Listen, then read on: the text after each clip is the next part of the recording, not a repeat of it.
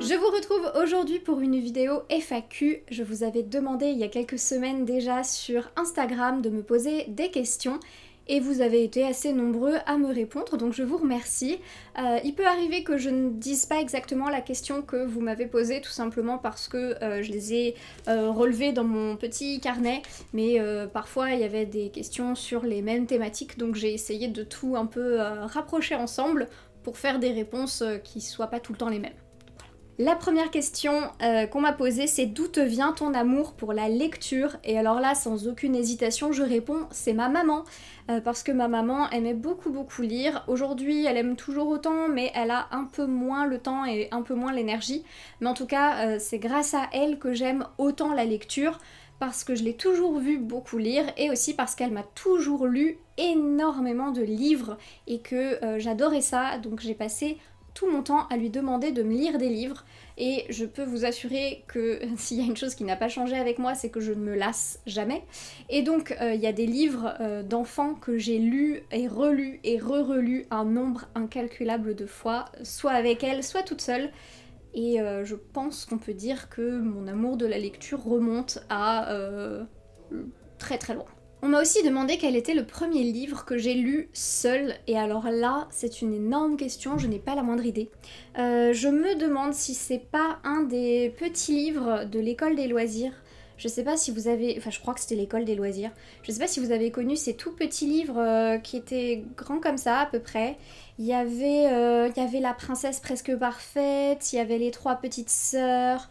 Il y avait plein de livres comme ça, et ma mère m'en a lu plein, mais je pense que j'ai dû en lire toute seule. Aucune idée. Je ne sais pas du tout quel est le premier livre que j'ai lu toute seule. Après, j'ai appris à lire à l'école avec le livre, je crois que c'était Sophie et Julien. Voilà, j'ai appris à lire grâce à Sophie et Julien. Voilà, c'est peut-être le premier livre que j'ai lu toute seule, vraiment toute seule. Mais c'est vachement moins rigolo. Une autre question qui m'a été pas mal posée, c'est la question de mon parcours scolaire et aussi de mon métier de sophrologue, comment est-ce qu'on devient sophrologue, etc.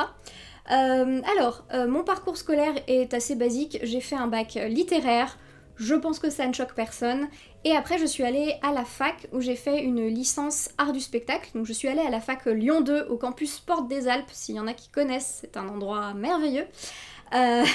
Et en fait, j'ai pas fait la licence en entier puisque j'avais besoin que de 2 années pour pouvoir passer le concours de Louis Lumière, qui est l'école Louis Lumière, pour rentrer en fait en photographie.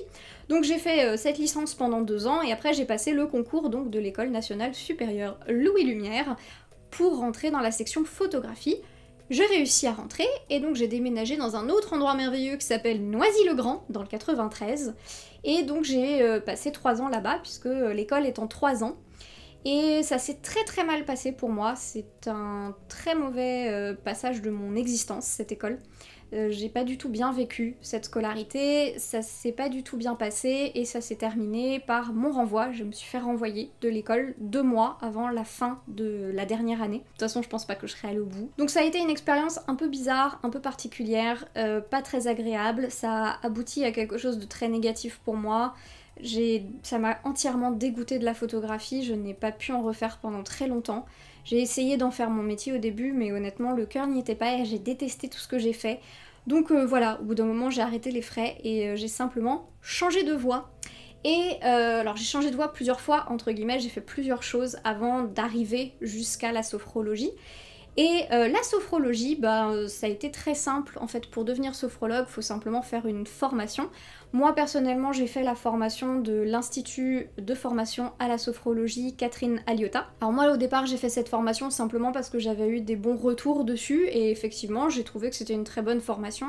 En plus de ça, j'ai pu la faire en 6 mois, donc pour moi c'était parfait puisque en fait j'ai tout quitté pour faire cette formation, j'ai plaqué mon travail, j'ai tout laissé tomber. Et donc du coup, voilà, j'ai trouvé que c'était très bien, et aujourd'hui donc je suis à la fois sophrologue mais aussi formatrice de sophrologie dans cet institut de formation, Catherine Aliotta, puisque voilà, je forme les prochains sophrologues. Mon métier de sophrologue est assez chouette parce qu'il est assez diversifié. Je fais des séances en groupe dans un studio de yoga qui est dans le 11e arrondissement à Paris. Donc je fais des séances de groupe et aussi des séances évidemment individuelles. J'ai mon cabinet depuis Et bah depuis le mois de février, donc j'y suis pas beaucoup allée du coup, puisque après il y a eu le confinement, donc bon bah voilà. Mais c'est pas grave, je suis quand même contente, et c'est un très joli cabinet. Et puis j'alterne donc ces séances de groupe, ces séances individuelles, et aussi la formation, puisque voilà, je suis formatrice, donc je fais plusieurs formations par mois, et c'est très très chouette, enfin j'anime plusieurs formations par mois. Et c'est chouette parce que du coup j'ai un métier qui est vraiment diversifié, agréable, qui me plaît, où il y a plein de choses à faire, plein de choses différentes, donc mes journées ne se ressemblent pas, et ça c'est cool. Ensuite on m'a posé la question, est-ce que j'aime les podcasts et est-ce que j'aimerais en faire? Alors, en soi j'ai rien contre les podcasts, et même j'aime bien, mais pour être parfaitement honnête, j'en écoute quasiment jamais et je prends pas un très grand plaisir à en écouter la plupart du temps. J'écoute un podcast que je trouve d'une beauté sidérante qui s'appelle Entre, qui a été développé par Louis Média. La première saison, c'était une petite fille qui s'appelait Justine, je crois, de 11 ans, qui racontait pas mal de choses sur sa vie d'adolescente, de préadolescente. Et la deuxième saison, c'est un frère et une sœur qui parlent au micro de leur belle-mère. Et je trouve vraiment, vraiment très très beau en fait ce qu'il en ressort. Mais sinon, écouter des podcasts sur des sujets particuliers, etc., je sais pas pourquoi, mais j'ai un peu de mal. Je préfère la vidéo. Alors pourtant, je regarde pas forcément la tête des gens, mais j'aime bien en fait avoir une image à laquelle me raccrocher, donc le podcast, je pense, me convient pas trop. Et du coup, je pense pas en faire moi, parce que c'est pas un format que je trouve forcément adapté à ma personnalité. Ensuite on m'a demandé quelles étaient mes autrices préférées, donc j'ai réussi à arrondir à 5, donc j'étais contente parce que j'avais peur d'en mettre 3 tonnes, mais non en fait il y en a 5 qui sont sorties très naturellement, donc c'est elles dont je vais parler. C'est pas par ordre de préférence, hein, soyons bien clairs, c'est par ordre de comment ça m'est venu. La première déjà c'est Manon Fargeton, que je trouve extraordinaire, j'adore vraiment les romans qu'elle écrit, je vous ai parlé plusieurs fois des Illusions de Saveloar que je trouve extraordinaire. L'Héritage des rois passeurs, le tome qui vient juste avant, est génial aussi. Donc vraiment, Manon Fargeton, j'adore sa plume, j'adore sa manière de d'écrire les femmes et surtout la manière dont elle insère énormément de féminisme dans de la fantaisie. J'aime aussi énormément Madeline Miller, je pense que je vous ai tellement parlé de Circé que c'est un peu évident. Voilà. Je vous renvoie à toutes mes vidéos où je parle de Circé, il y en a au moins 3. J'adore Madeline Miller. J'aime aussi beaucoup Estelle Faye, alors un peu pour les mêmes raisons que Manon Fargeton. Alors déjà j'aime beaucoup la plume d'Estelle Faye, qui n'a rien à voir avec celle de Manon Fargeton, hein, mais qui est excessivement poétique, hyper bien construite, enfin tous ces textes sont tellement travaillés. Et j'aime aussi beaucoup la diversité de ses personnages, puisqu'il y a toujours de tout, que ce soit en représentation d'orientation sexuelle, de genre, enfin vraiment je trouve ça génial. Évidemment, vous le savez, j'adore aussi Marielle Hinault, que je trouve extra. J'ai eu la chance de l'interviewer, j'ai la chance de pouvoir parler avec elle quand je vais dans des salons, et je suis toujours ravie de la croiser parce que c'est vraiment une personne que je trouve adorable, abordable et vraiment intéressante. Et surtout, j'adore ses romans, donc j'ai adoré tous les Orphea Fabula, j'ai adoré Wicca, que j'ai trouvé superbe, j'étais très déçue d'ailleurs qu'il soit pas dans les 5 finalistes du PLIB, mais en tout cas ce sont des romans jeunesse superbes, si vous aimez les romans jeunesse, où vraiment on insère un petit peu de féminisme sans que ce soit une grosse plâtrée de féminisme. J'aime beaucoup, elle a beaucoup de subtilité et c'est vraiment une autrice que j'apprécie. Et la dernière, évidemment, c'est Digli, Maureen Wingrove, que ce soit à la fois pour ses romans, pour ses bandes dessinées, enfin c'est une autrice que je trouve extraordinaire. Je la suis depuis ses débuts, je crois, depuis le début de son blog, et j'ai adoré voir son évolution en tant que personne, l'évolution de son dessin, l'évolution de ses combats, de ses idées, de ses idéaux. Enfin vraiment c'est une personne que je trouve incroyable, très intéressante, très intelligente. Là aussi j'ai eu l'occasion une fois ou deux de discuter avec elle. Ah oui, une fois j'ai eu l'occasion de discuter avec elle dans le TGV Paris-Lyon. Elle était 2 sièges à côté, pas loin de moi, et je suis allée en tant que grosse fangirl timide, je suis allée lui dire bonjour, c'est Digli, j'adore ce que vous faites. Et voilà, mais en tout cas c'était il y a quelques années ça déjà, et en tout cas c'est vraiment une personne que je trouve extrêmement intéressante et une autrice extra. Alors ensuite il y a eu plusieurs questions au sujet de mes tatouages. Je vais pas m'étendre très longtemps dessus parce que, je sais pas, c'est un truc assez quand même personnel je trouve les tatouages. Et voilà, mais qu'est-ce que je pourrais vous dire dessus? Bah mes tatouages, alors le premier que j'ai fait c'était à 18 ans, j'ai fait j'ai fait tatouer la moitié de mon dos, je crois 2 semaines après mes 18 ans. Donc j'ai attaqué assez fort en termes de tatouage. Après je me suis pas fait tatouer pendant plusieurs années et puis j'ai recommencé avec la hanche. Et puis après j'ai attaqué les bras, et puis après j'ai fait les mains, les pieds, enfin bon, il y a un peu de partout. Et je continue, je ne m'arrête pas en si bon chemin. Il y a plusieurs artistes différents qui me tatouent et j'aime bien changer régulièrement parce que il y a plein de personnes extraordinaires qui ont des styles magnifiques et j'ai envie en fait d'avoir plein d'artistes différents sur mon corps, quitte à le décorer, autant le décorer avec plein de choses différentes. Enfin, je sais pas, si j'avais une maison, je mettrais pas que des tableaux d'un seul peintre dedans. Je pense que j'en mettrais plein. Bah là, c'est un peu la même chose. C'est un peu comme si mon corps était une galerie et que j'avais envie de mettre plein de tableaux de plein d'artistes dedans. Donc voilà, enfin dessus du coup. J'ai mes raisons de faire mes tatouages. C'est quelque chose de très thérapeutique pour moi. C'est pas juste de la décoration. Mais du coup, voilà, c'est pour ça que je dis c'est assez personnel et pas quelque chose dans lequel je vais rentrer dans le détail, mais en tout cas c'est quelque chose de très thérapeutique et qui me fait beaucoup de bien, et je pense que, comme je vous dis, je ne vais pas m'arrêter en si bon chemin, donc vous en verrez certainement régulièrement des nouveaux. Pour revenir à la lecture, on m'a aussi demandé quelle était ma plus longue panne de lecture, et alors je n'ai pas de date, enfin je n'ai pas de temps exact. En revanche, je peux dire qu'il y a eu une période où je n'ai quasiment pas lu. Et quand je vous dis quasiment pas, c'est vraiment quasiment pas. J'ai eu une période où j'ai dû lire maximum, je sais pas, 10 livres par an, pas plus, parce que j'arrivais pas beaucoup à lire, j'arrivais pas du tout à trouver ce qui me plaisait, et j'avais beaucoup de difficultés donc à me mettre à la lecture. Et Booktube m'a beaucoup aidé là-dessus, puisque ça m'a redonné le goût de la lecture, et en tout cas ça m'a rappelé pourquoi et ce que j'aimais et comment est-ce que je l'aimais. Enfin, ça m'a rappelé en fait mon amour de la lecture et ça c'est cool. Ensuite on m'a demandé s'il y avait une seule saga à garder. Je pense que vous savez laquelle, c'est les Annales du Disque Monde de Terry Pratchett. S'il n'y avait qu'une seule saga au monde qui pouvait rester, personnellement je choisirais celle-là parce que le monde ne serait pas le même sans cette saga, et ma vie non plus d'ailleurs. Donc, c'est sans hésitation que ce serait les Annales du Disque Monde. Désolée pour toutes les autres sagas, je vous aime bien, mais non.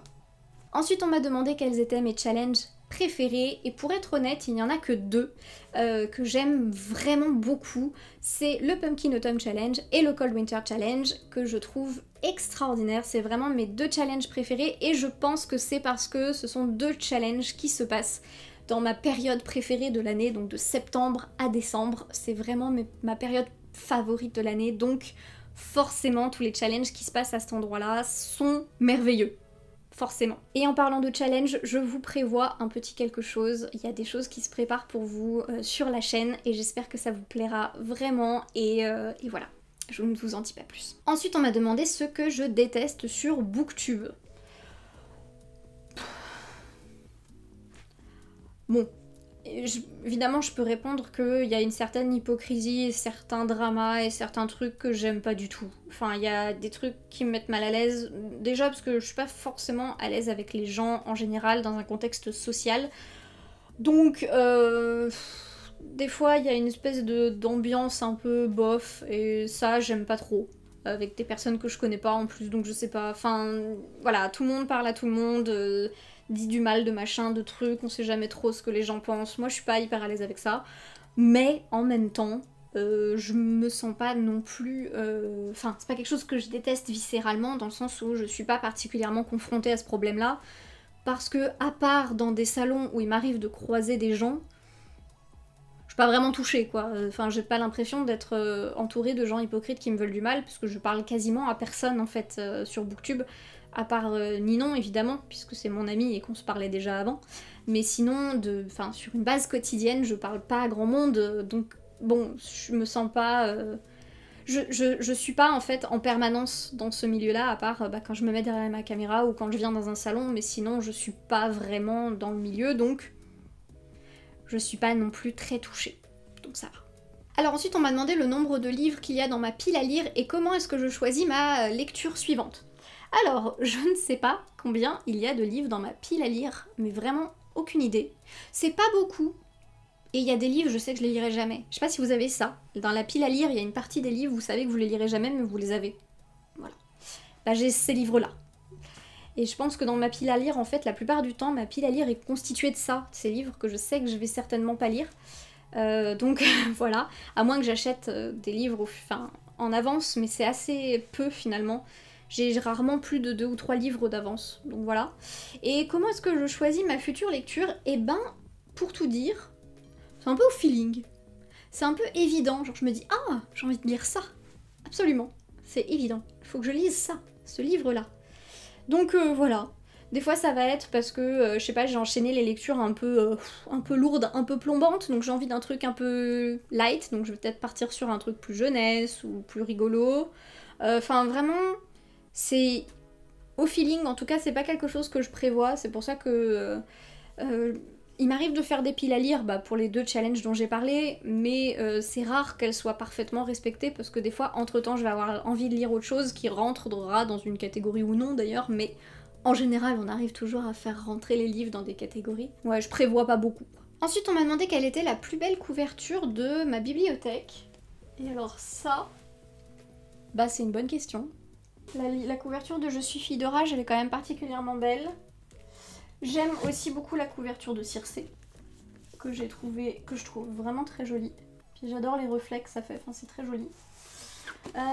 J'aime bien les couvertures des mangas minuscules, parce que c'est toujours très très beau, plein de détails et de jolies couleurs. Je crois que j'aime encore mieux le 2. Mais voilà, en fait il y a plein de couvertures que j'aime bien. Je suis pas très douée pour ça. J'adore aussi la couverture de Comment le dire à la nuit. En fait, il y a plein de jolies couvertures dans ma bibliothèque.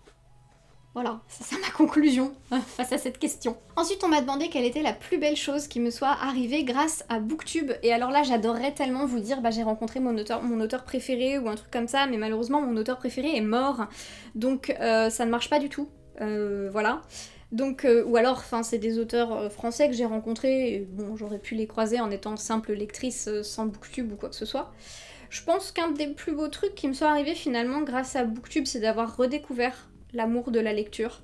À quel point est-ce que je l'aimais. Et je pense que grâce à Booktube et au fait de faire des vidéos, elle a repris sa place dans ma vie. Je pense que la lecture avait un peu perdu sa place parce que la lecture a une très très grande place dans mon existence et dans mon quotidien. Et je pense qu'elle l'avait perdue pas mal. Et que faire des vidéos, me mettre à ce genre de choses, ça m'a permis de retrouver ça, de lui redonner en fait sa place de choix dans mon existence. Donc ça reste quand même un truc très très chouette. Et enfin, la dernière question, on m'a demandé quelles étaient mes autres passions. Et en fait, c'est une question vachement dure, parce que j'aime plein de trucs. Je pense pas que j'ai des passions ciblées, parce qu'en fait, j'aime plein de choses très différentes. Peut-être que ma plus grande passion dans la vie, c'est de découvrir des trucs nouveaux et d'apprendre des trucs en permanence, de m'enrichir. Donc que ce soit au travers de la lecture ou de plein d'autres choses, en fait, ce que j'aime le plus, c'est découvrir. Découvrir des tas de nouvelles choses, apprendre des connaissances qui peut-être ne me serviront absolument jamais, mais je suis hyper heureuse de les avoir. Donc j'aime la lecture, évidemment c'est ma plus grande passion peut-être, mais j'aime aussi les jeux vidéo, j'aime regarder des séries, j'aime regarder des documentaires, j'aime regarder des films, j'aime écouter de la musique, j'aime apprendre des langues, j'aime danser, j'aime chanter, j'aime plein de choses en fait. Et l'année dernière j'ai fait du théâtre et j'ai adoré faire ça. Qu'est-ce que je peux aimer encore ? En fait j'aime plein de trucs. J'ai pas vraiment de domaine de prédilection je pense. J'aime manger aussi. Très important ça. J'aime beaucoup manger.